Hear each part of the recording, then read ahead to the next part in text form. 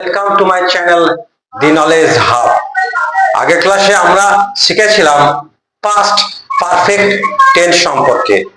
আজকে আমরা শিখব পাস্ট পারফেক্ট কন্টিনিউয়াস টেন্স সম্পর্কে। এই টেন্সের সংজ্ঞা কি, এই টেন্সের আমরা কেমন করে গঠন করব এবং আমাদের প্রাত্যহিক জীবনে এই টেন্সের যে আমরা ব্যবহার দেখতে পাই সেই বিষয় নিয়ে আলোচনা করব। তোমরা স্কিপ না করে ভিডিওটা শেষ পর্যন্ত দেখবে, কারণ স্কিপ করলে তোমরা এই টেন্স সম্পর্কে স্বচ্ছ ধারণা লাভ করতে পারবে না। তাই চলো শুরু করা যাক।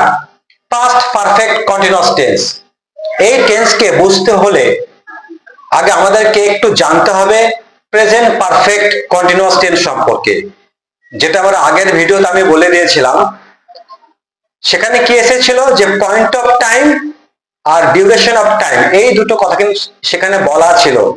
এখানেও পাস্ট পারফেক্ট টেন্স যখন আমরা কথা বলবো, এখানেও একইভাবে point of time, duration of time অর্থাৎ ফর এবং সিন্স এর ব্যবহার কিন্তু আমরা দেখতে পাবো। এবার জেনে নেই পাস্ট পারফেক্ট কন্টিনিউয়াস টেন্সের সংজ্ঞাটা কি। অতীতকালে দুটো ঘটনা, আগে বলেছি অতীতকালে দুটো ঘটনা, যেটা অতীতকালেই শুরু হয়েছিল এবং অতীতকালেই সেটা ঘটমান। ভার্বের অ্যাকশনটা কি, ভার্বের কাজটা অতীতকালেই শুরু হয়েছিল এবং সেই কাজটা অতীতকালে এখনো ঘটমান, এখনো কাজটা চলছে, ক্রিয়ার কাজটা চলছে। যদি এরকম ভার্বের কন্ডিশন হয় তখন তাকে আমরা বলবো পাস্ট পারফেক্ট কন্টিনিউয়াস টেন্স। বাংলায় হচ্ছে পুরা ঘটিত ঘটমান অতীতকাল। এবার জানা যাক, আমরা আরো আলোচনায় চলে যাই। এই যে তোমরা দেখতে পাচ্ছ পাস্ট পারফেক্ট কন্টিনিউয়াস টেন্স। আমি এখানে লুক এট সেন্টেন্স নাম্বার 1, আমি এখানে কয়েকটা বাক্য লিখেছি। এক নম্বর বাক্যতে আমি লিখেছি I had been watching TV for 2 hours. অর্থটা কি? I had been watching TV for 2 hours, আমি 2 ঘন্টা ধরে টিভি দেখছিলাম।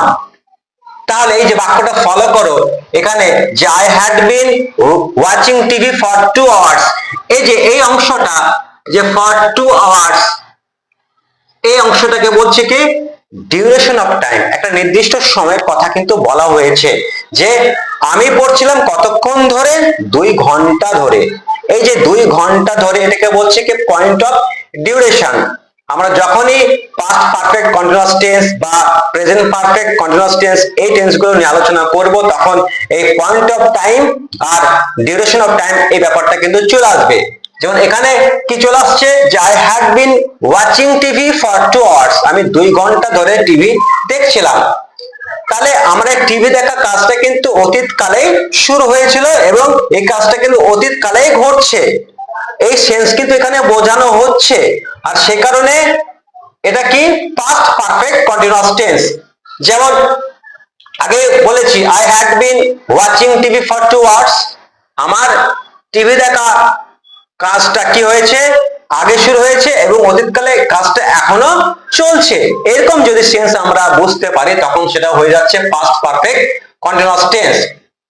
এবার আমরা তাহলে মোটামুটি এর স্ট্রাকচারটা নিয়ে একটু বলে দিই। তাহলে এই যে টেন্সের সংজ্ঞাটা আমরা বুঝতে পারলাম, একই সঙ্গে আমি স্ট্রাকচারটা নিয়ে আলোচনা করব।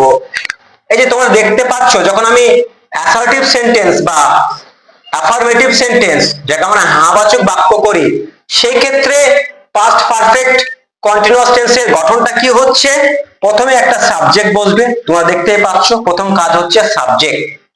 এবার প্রশ্ন হচ্ছে সাবজেক্টটা যে কোনো পার্সনের হতে পারে, এটা ফার্স্ট পার্সন হতে পারে, সেকেন্ড পার্সন হতে পারে, থার্ড পার্সন হতে পারে। আর কি সাবজেক্টটা যে কোনো নাম্বারে হতে পারে, এটা সিঙ্গুলার নাম্বার হতে পারে, প্লুরাল নাম্বার হতে পারে। তাহলে আমি আগের ক্লাসে বলেছিলাম যে পার্সন নাম্বারের 4টা আছে, এখানে সেই 4টা তোমরা মনে রাখবে। এটা প্রত্যেকটা পদে পদে তোমাদের দরকার, যখনই তোমরা টেন্স সম্পর্কে জানবে এই পার্সন নাম্বার 4টা কিন্তু খুবই দরকার। তাহলে দেখি অ্যাফার্মেটিভ সেন্টেন্স তৈরি করার ক্ষেত্রে স্ট্রাকচারটা কি হচ্ছে। প্রথমে একটা সাবজেক্ট, তোমরা দেখতে পাচ্ছ প্রথমে একটা সাবজেক্ট বসছে এবং আগেই বলেছি সাবজেক্টটা যে কোনো পার্সনের হতে পারে। তারপরে কি বসছে, হ্যাড বিন। এই যে হ্যাড বিন কথাটা বসছে, তারপরে কি ভার্বের সঙ্গে আইএনজি, ভার্ব এবং ভার্বের সঙ্গে আইএনজি। আইএনজি কেন? কারণ কন্টিনিউয়াস টেন্স।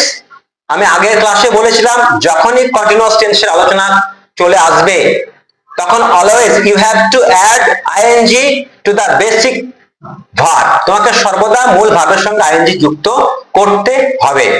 তারপরে কি আদার্স, সেন্টেন্সে অন্যান্য অংশ থাকতে পারে, কোনো নাউন থাকতে পারে, কোনো অ্যাডজেক্টিভ থাকতে পারে, কোনো অ্যাডভার্ব থাকতে পারে, কোনো প্রিপজিশন থাকতে পারে।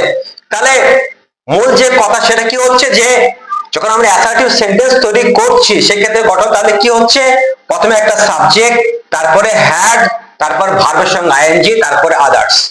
আমি যদি এবার একটু নাম্বার এবং যে পার্সন চার্টটা আছে যদি একটু চলে যাই, I had been, we had been, you had been, you had been, he had been, they had been, তাহলে এই টেন্সের সব ক্ষেত্রে কিন্তু had been বসছে, কোথাও কিন্তু চেঞ্জ হচ্ছে না।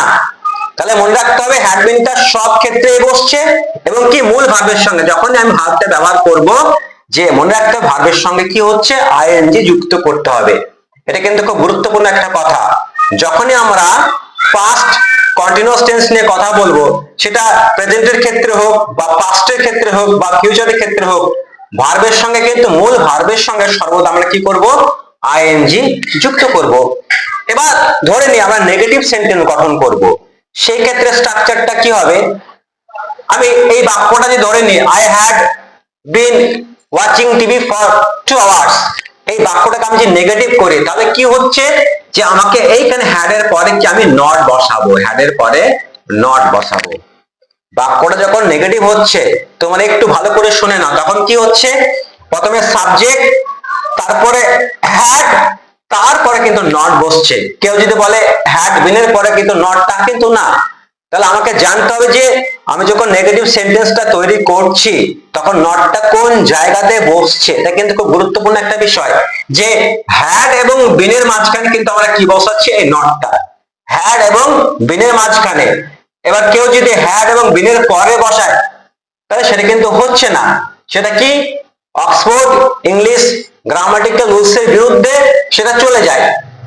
তাহলে নটটা কোনখানে বসছে যে হ্যাড এর পরে নট, তাহলে প্রথমে সাবজেক্ট বসছে, তারপরে হ্যাড, তারপরে নট, তারপরে বিন, তারপরে ভার্বের সঙ্গে আইএনজি, তারপরে আদার্স। এটা হচ্ছে কি আমি যখন পাস্ট পারফেক্ট কন্টিনিউয়াস টেন্সের নেগেটিভ সেন্টেন্স স্ট্রাকচার নিয়ে কথা বলছি তখন আমাকে প্রথমে সাবজেক্ট রাখতে হবে, তারপরে হ্যাড, আর হ্যাড এর ঠিক পরে যে নট বলছি, আগে বলেছিল হ্যাড এর পরে কিন্তু নটটা বসবে, তারপরে ভার্ব, ভার্বের সঙ্গে আইএনজি যুক্ত হবে, তারপরে রেস্ট অফ দ্য সেন্টেন্স, বাক্যের অন্যান্য অংশ। এবার দেখি আমরা যখন ইন্টারোগেটিভ সেন্টেন্স তৈরি করছি সেই ক্ষেত্রে গঠনটা কেমন হচ্ছে। এই যে প্রথম বাক্যটা তোমরা লক্ষ্য করো যে I had been watching TV for 2 hours, এই বাক্যটাকে আমরা যখন ইন্টারোগেটিভ বাক্য তৈরি করব, প্রশ্নবোধক বাক্যে তৈরি করব, তখন কি হচ্ছে হ্যাডটা কিন্তু সাবজেক্টের আগে বসে যাচ্ছে, হ্যাডটা শুধুমাত্র সাবজেক্টের আগে বসে যাচ্ছে। এই যে বাক্যটা I had been watching TV for 2 hours, এবার এটাকে যদি প্রশ্নবোধক বাক্যে আমি কনভার্ট করি তাহলে কি হয়ে যাবে, had I been watching TV for 2 hours, had I been watching TV for 2 hours, শেষে কি লিখবো জিজ্ঞাসা চিহ্ন দেব, তাই না। তাহলে গঠনটা কি হচ্ছে, আমি যখন ইন্টারোগেটিভ সেন্টেন্স তৈরি করছি পাস্ট পারফেক্ট কন্টিনিউয়াস টেন্সের উপরে তখন গঠনটা হচ্ছে কি প্রথমে হ্যাড বসছে, তারপরে সাবজেক্ট, তারপরে বিন, তারপর ভার্বের সঙ্গে আইএনজি, তারপরে আদার্স। এবার যদি একই সঙ্গে আমরা ইন্টারোগেটিভ নেগেটিভ সেন্টেন্স তৈরি করি, আমি যে বাক্যটা বলেছিলাম যে এই যে বাক্যটা I had been watching TV for 2 hours, এটাকে একই সঙ্গে যদি ইন্টারোগেটিভ নেগেটিভ করি সেক্ষেত্রে কি হচ্ছে যে had I not been watching TV for 2 hours, তাহলে কি হচ্ছে হ্যাডটা প্রথমেই থাকছে যে এই যে তখন কি হয়ে যাচ্ছে যে হ্যাডটা প্রথমেই চলে আসছে যে had I not been watching TV for 2 hours, তাহলে এই ক্ষেত্রে গঠনটা কি হচ্ছে প্রথমে হ্যাড বসছে, হ্যাড বসার পরে সাবজেক্ট, তারপরে নট, তারপরে কি বিন বসছে, তারপরে ভার্বের সঙ্গে আইএনজি, তারপরে রেস্ট অফ দা সেন্টেন্স। তোমরা একটু 2 নম্বর বাক্যটা লক্ষ্য করো, এখানে আমি লিখেছি it had been raining since Sunday, সে গত রবিবার থেকে বৃষ্টি হচ্ছে, মানে এখনো বৃষ্টি চলছে, বৃষ্টিটা আগেই শুরু হয়েছিল, এখনো চলছে। ইট had been raining since Sunday, সেই রবিবার থেকে, এই যে look at this portion, since Sunday, এই since Sunday এটা নির্দিষ্ট পয়েন্ট অফ ডিউরেশন, একটা দিনের অংশকে এখানে ইন্ডিকেট করা হচ্ছে। সেই কারণে কিন্তু এখানে কি বসেছে, সিন্স বসেছে, যে ইট had been raining since Sunday, সেই রবিবার থেকে বৃষ্টি হচ্ছে। যখন আমরা ধরে কথাটা পাবো বাংলাতে, তখন আমরা ফর ব্যবহার করব। আর যখন আমরা থেকে বা হইতে এই কথাটা কোন বাংলা বাক্যতে আমরা পাবো, আমরা সেই ক্ষেত্রে কিন্তু আমরা সিন্স ব্যবহার করব।